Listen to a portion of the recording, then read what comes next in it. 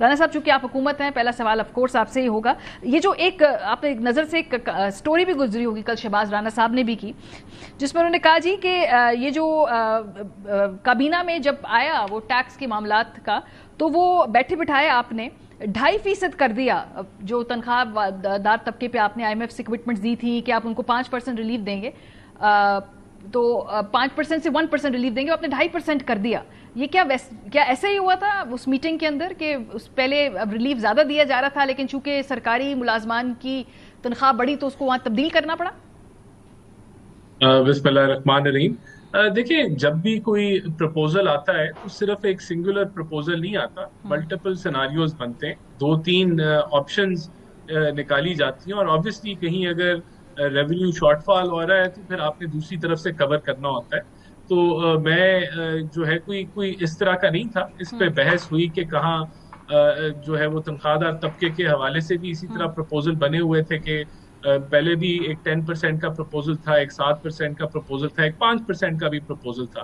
تو وہ یہ سیناریوز جو ہیں وہ پھر آبویسلی جب کوئی تبدیلی آنی ہوتی ہے تو آپ جو ہے وہ پھر اے کے بجائے بی کو چوز کر لیتے ہیں. لیکن یہ کہ کیا یہ جو ہے وہ تنخواہ دار طبقے سے یہ لے کے ان کو دیا گیا، ایسی کوئی بات نہیں ہے. اس کے اوپر تنخواہ دار طبقے کی سلیبز پہ ڈبیٹ ہوئی تھی، یہ اس کی سیلری جو تنخواہوں میں اضافے کے اوپر بحث ہوئی تھی، اور پھر یہ طے کیا گیا تھا اس کو کہ 7 کی جگہ اس کو 10% کر دیا. اور اس کو پھر وہ جو تنخواہ دار طبقات کی سلیب ہے اس سے ایڈجسٹ کر دیا جائے؟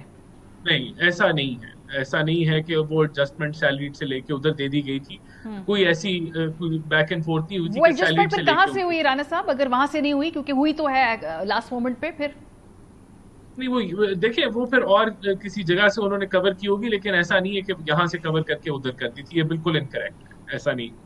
اچھا ٹھیک ہے. زبیر صاحب، یہ میں بار بار بات سنتی ہوں حکومت، وہ کہتے ہیں جی کہ یہ جب آپ میکرو اکنامک سٹیبلٹی لائیں گے نا تو آہستہ آہستہ پریشر ختم ہو جائے گا. اس میں 2 ایسپیکٹس ہوتے ہیں. دیکھیں، ایک آتی ہے آپ کی سٹیبلٹی آتی ہے تھرو یور اون امپروومنٹ، آپ کی پروڈکٹیوٹی. جو فیصلے ہوتے ہیں نا سخت، وہ ہوتے ہیں مثال کے طور پر آپ پرائیویٹائزیشن کی.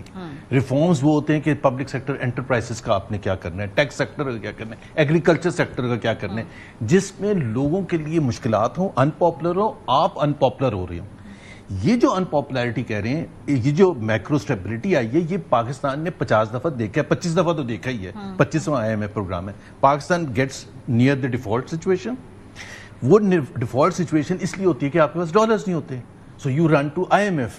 Okay, you get loan from I M F, dollars آتے ہیں، پھر ورلڈ بینک بھی دیتا ہے، اے ڈی بی بھی دیتا ہے، دوست ممالک بھی دیتے ہیں، دوسرے کمرشل آرگنائزیشن بھی دیتے ہیں. تو آپ کی ڈیفالٹ سچویشن ختم ہو کے آپ آ جاتے ہیں اس سٹیج پر جو یہ کہتے ہیں اسٹیبلائزیشن. اس میں آپ کا کوئی تعلق نہیں ہے، آپ کی نہیں پروڈکٹیوٹی امپروو ہوئی، آپ کے ہاں آپ کی پرچیزنگ پاور لوگوں کی نہیں امپروو ہوئی. امپورٹس بند کرنا کون سی بڑی مشکل کام ہے بھائی؟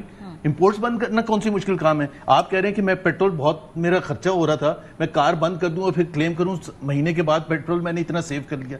اصل حقیقت اس وقت پتہ چلتی ہے جب آپ اکانومی آن اٹس اون رن کرنا شروع ہوتی ہے.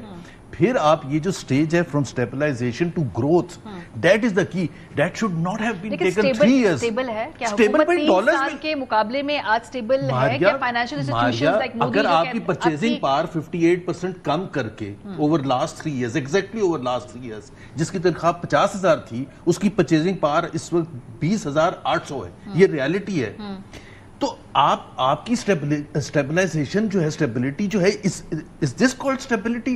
کہ آپ نے you have achieved this stability by really making Pakistani middle class, Pakistani lower middle class and the poor people so vulnerable. That is why an increase in poverty. Default کے دھانے سے کیا یہ بار واپس نہیں لے کے آئے اس وقت جو حالات جیسی اکانومی انہوں نے انہیرٹ کی؟ بات سنیں، پہلے تو ہماری اپیل ڈیفالٹ کے دھانے پر مسلم لیگ جب حکومت پی ڈی ایم آئی ہے تو اس وقت ڈیفالٹ کے دھانے پر نہیں تھا. اور اس کی سب سے بڑی اگزامپل یہ ہے کہ مفتاح اسماعیل اگست 2022 میں آئی ایم ایف کے ساتھ معاہدہ ہو گیا. 1 سپتمبر کو آئی ایم ایف نے پیسے دے دیے تو I M F was back. there was no default thing. Ishaq Dar صاحب جب آئے تو انہوں نے کہا I don't care about I M F, اور وہ لے کے گئے ہیں دھانے پر ڈیفالٹ کے جون 2023 تک، جب ہمارا ریزروز جو تھے وہ گر کے $2.9 بلین صرف رہ کے، and exchange rate obviously was having its field day.